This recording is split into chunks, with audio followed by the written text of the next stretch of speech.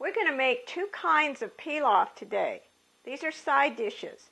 Now, when most people think of pilaf, they think of white rice. And yes, Greek people and all Mediterranean type people and people in the Middle East will eat an awful lot of rice. But here's something else we're going to make today, and that's Bulgur wheat or cracked wheat. I said Bulgur with a B. There's nothing vulgar about this. This is absolutely delicious.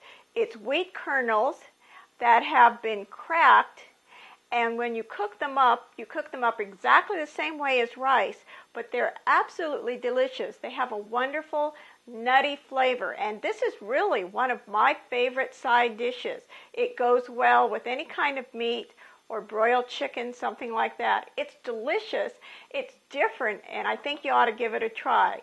Today, we're going to do two recipes. One for just a basic, regular, everyday pilaf, either rice or Bulgur wheat. And then the second recipe is dressed up. It's special because it has some special Middle Eastern flavors that make it a real wonderful taste treat that'll make your dinner something extra. Let's get started. Now, for regular, everyday pilaf, you'll need some white rice or some Bulgur wheat. And you can find this in the health food sections and the bulk food sections of most of your grocery stores. And it's often packaged in a red package under the brand name Ala, A-L-A. To that, you'll need some butter, because that's the key to pilaf. You saute the rice or the Bulgur wheat in butter before you add any liquid.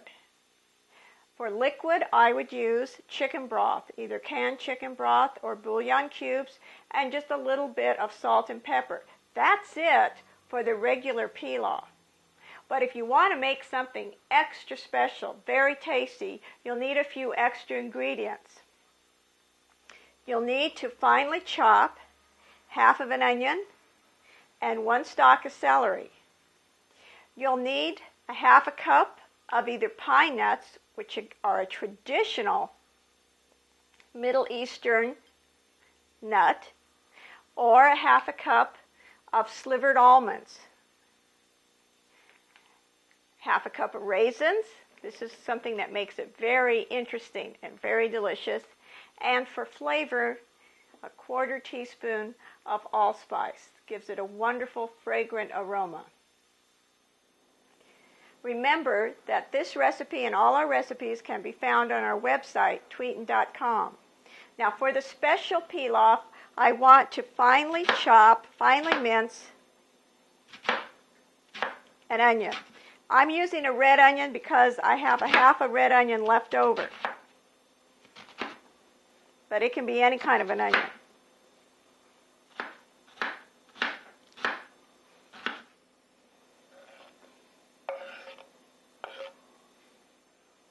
Along with the chopped onion, you need to chop up 1 stalk of celery. Fairly finely chopped.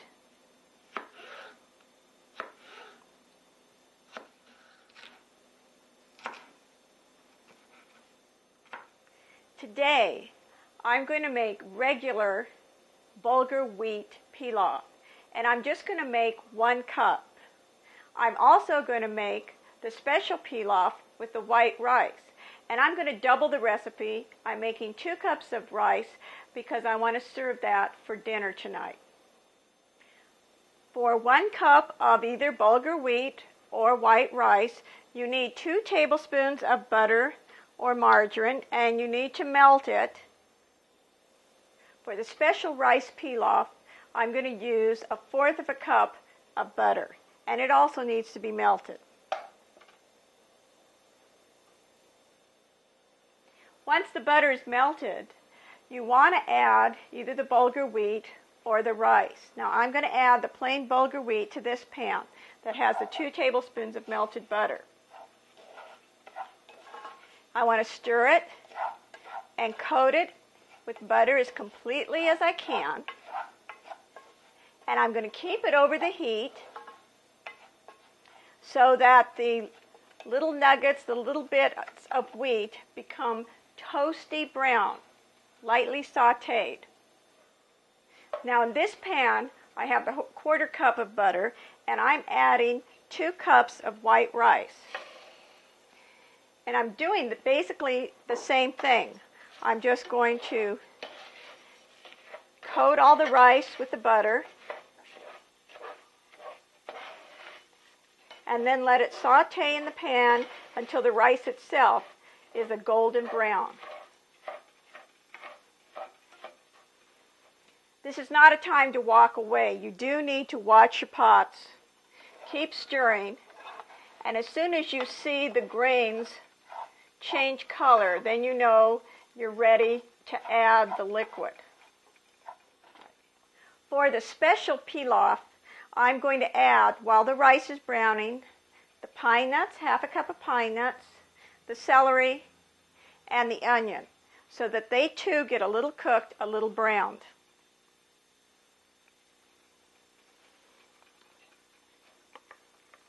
In goes the onion,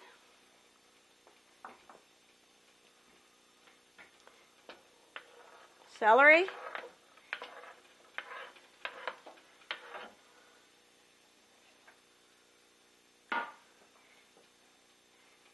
pine nuts, and keep watching the pot as the rice browns. This will take a little longer because of the addition of the fresh vegetables.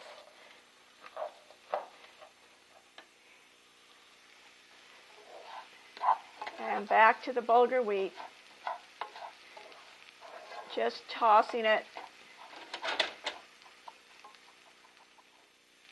While the 2 pilafs are browning, I'm going to get the liquid ready for the bulgur wheat, the 1 cup of bulgur wheat. 1 cup of bulgur wheat or rice calls for 2 1/4 cups of some sort of liquid. Water is okay, but I think chicken broth is preferable because it makes it so much tastier. So I'm going to measure out 2 1/4 cups of chicken broth. I have a can of chicken broth. I'll put it into my measuring cup and then fill it up with water, up to 2 1/4 cups.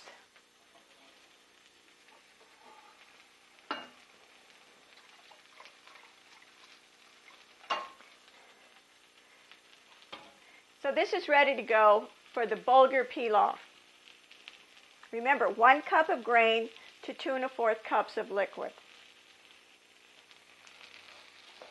The rice here is beginning to turn brown, and the pine nuts are browning a little bit, so just keep stirring. I want it to be toasty, not burned. All right, this is starting to get toasty too, and I just want to keep my eye on it. Again, I don't want it to burn. I want it to just get a little toasty, and then that's it. It'd be time for the liquid. This is nice and toasty. You can smell the toasted wheat fragrance, and it's ready for the liquid. All I need to do is add the 2 1/4 cups of liquid.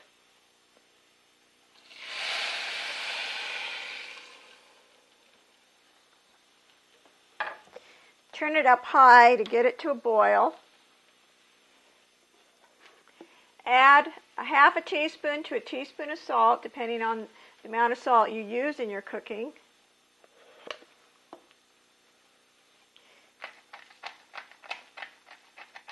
A few sprinklings of pepper. Once it comes to boil, all you do is you turn the heat down, put the top on, and let it cook at a very, very low heat for 20 minutes. That's it. It's really simple. I've got to go shopping. I've made my list, and I need a few things. So I'm going to my local grocery store, Vic's Market on Oak Avenue Parkway in Folsom. Why don't you come with me, and we can go over some of the things, the ingredients, grocery items that make Greek cuisine so unique and so different and so special.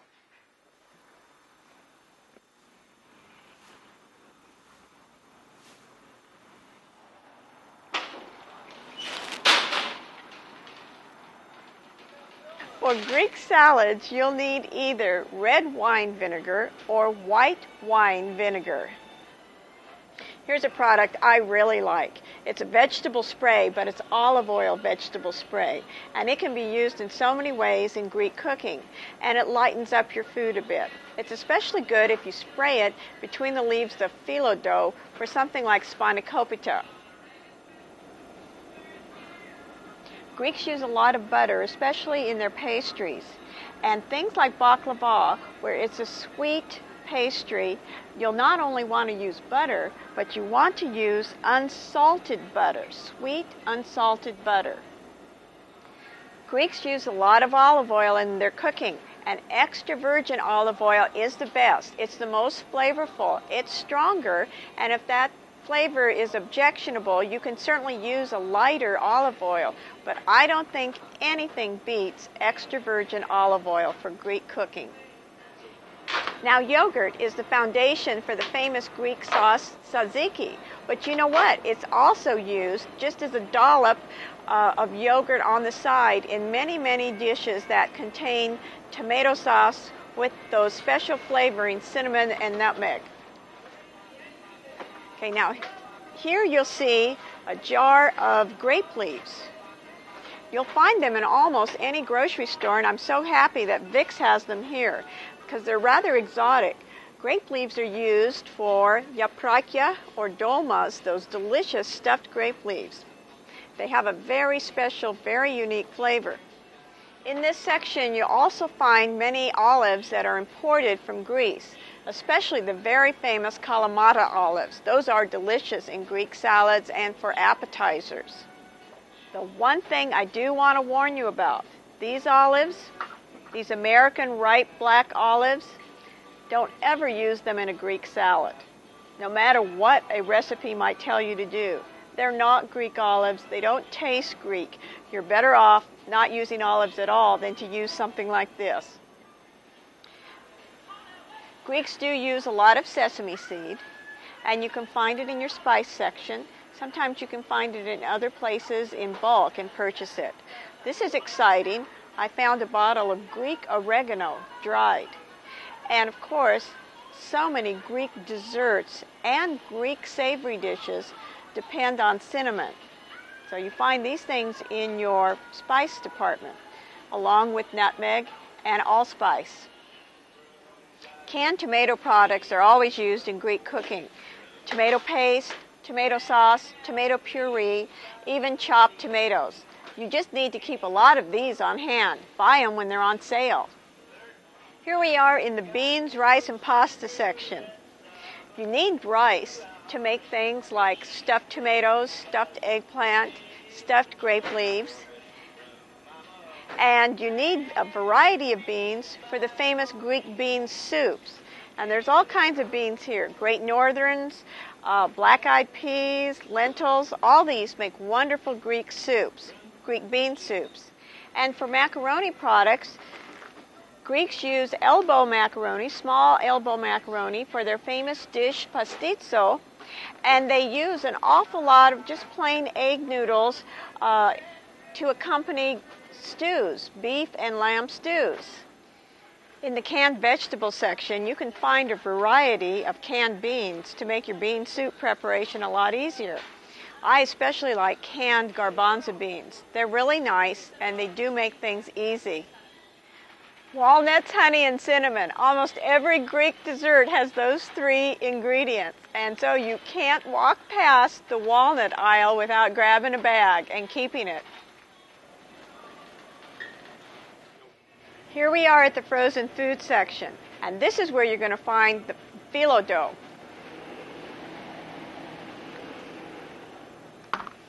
Rolled thin, cut, and ready to use. All you have to do is thaw it. It's a wonderful, wonderful modern day convenience, and it's absolutely necessary if you're going to make any of those delicious Greek pitas and baklava.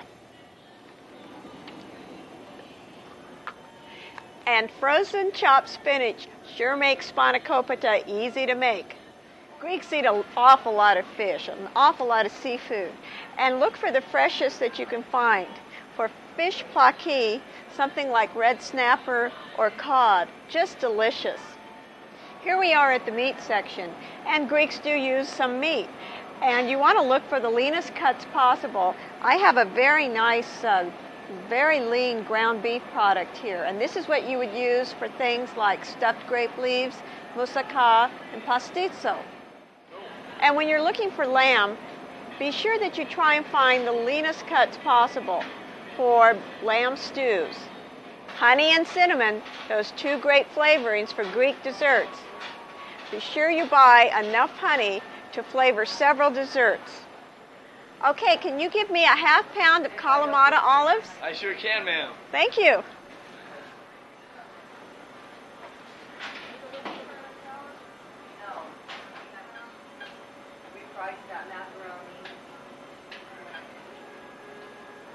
There we go. 1½ pound. Thank you. You're welcome. I want something else too. What can I get you? Oh, I'd like a ½ pound of the oil-cured black olives. All right.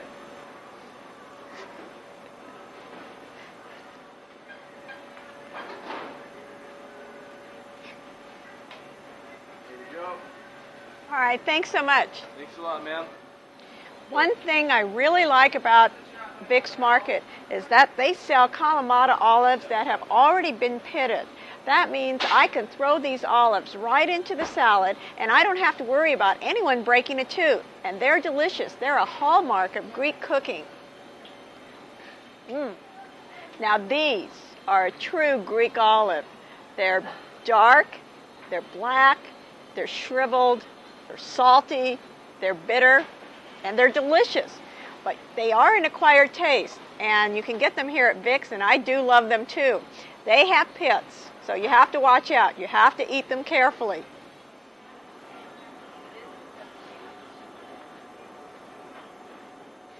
What would Greek salads be? What would turopita be? What would spanakopita be without feta cheese? You need it. And it's so easy to find now. You can find it in the block form like this, or you can even find it crumbled for you.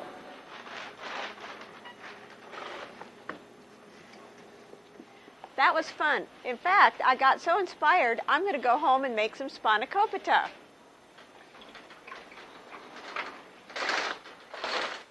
All right, this is coming to a boil. So I'm just going to turn the heat down low. Pop the cover on. And let it cook for 20 minutes without opening the top, without disturbing it, stirring it, or anything. 20 minutes. Now the special rice, the special pilaf, it's browned nicely. The onions and celery are a bit cooked. The pine nuts are toasted, and it's time for me to add the liquid. For this, because it had 2 cups of rice, I'm going to need 4½ cups of liquid. So I have 4 cups of chicken broth here.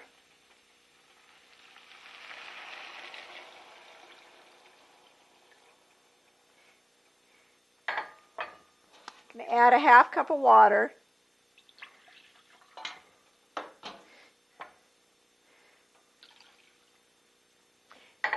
And bring this up to a boil too. However, we're not done with the ingredients. To this, I want to add raisins. ½ cup of dark raisins. This is one of the things that makes it especially Middle Eastern, a special Greek treat. And along with the regular salt and pepper, I'm going to want to add a 1/4 teaspoon of allspice.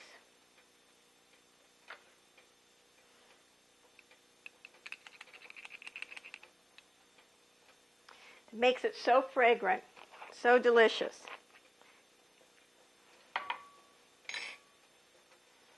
At least a teaspoon of salt.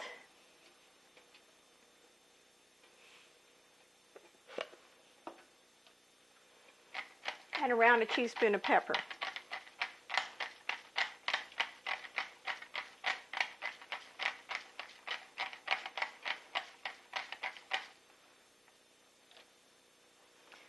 Same thing. Bring it to a boil, lower the heat, put the top on, and don't look at it, don't disturb it for 20 minutes. Okay, now the special pilaf has come to a boil. I'm going to give it one last stir. Turn the heat down to very low.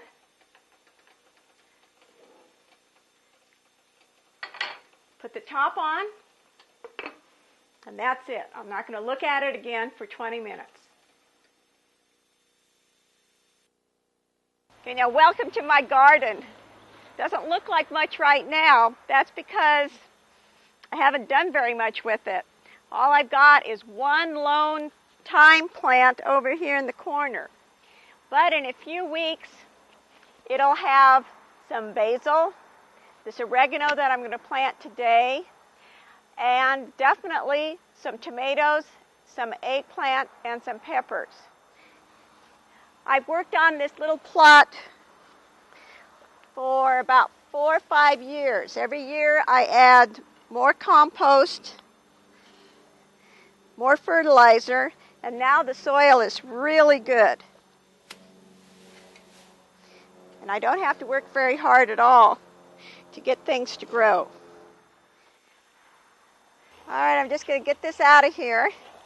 I'll find some Greek oregano. I swear I'll find some Greek oregano, and then I'll have a big plant here.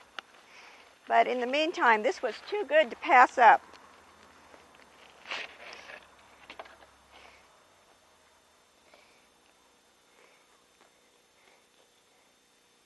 And I'm just going to break up the roots a little.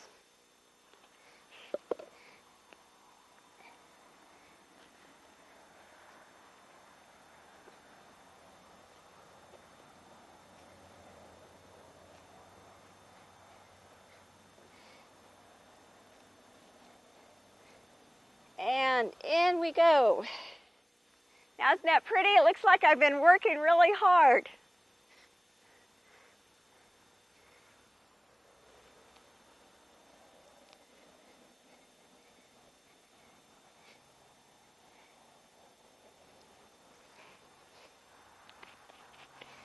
All done.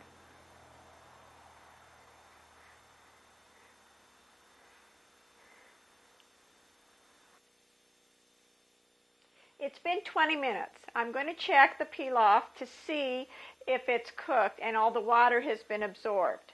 So all I'm going to do is just take off the top with the fork, just kind of press down here just to look. Looks like all the water's been absorbed. And then I'm just going to put the top on. I'm not going to do anything else to disturb the rice or disturb the cracked wheat. If for some reason the water had not been absorbed, I would just set my timer for an additional 5 minutes, let it keep cooking, check it, and keep doing this until the water was all absorbed. Now, what I want to do is take both pots off the heat and let them sit for at least 10 minutes.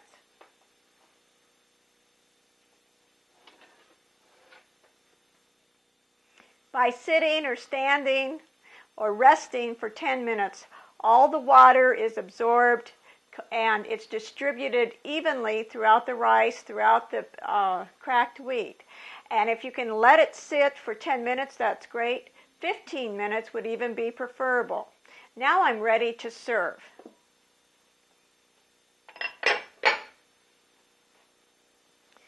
First, the cracked wheat. It's nice and fluffy and ready to go into a serving bowl. Fluff it up a little as you put it into the serving bowl.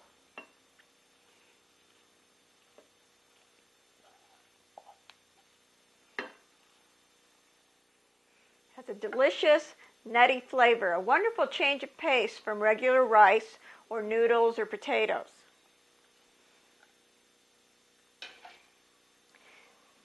Now for the special pilaf, chock full of pine nuts, onions, celery, raisins, flavored with chicken broth, and some allspice. This is a perfect perfect side dish for broiled chicken, baked chicken, and it makes a wonderful stuffing for chicken and turkey. In fact, this is the recipe for my grandmother's turkey stuffing, and I looked forward to it every Thanksgiving. It was great. One of those things where I didn't realize ordinary everyday people had bread stuffing with their turkey. I thought this was what everyone had, and it was so good. I could hardly wait till Christmas and Thanksgiving when we would have this wonderful special stuffing. But it can be made as a side dish, as a pilaf too. So this is delicious, aromatic, fragrant. Try one of these side dishes. You'll love them.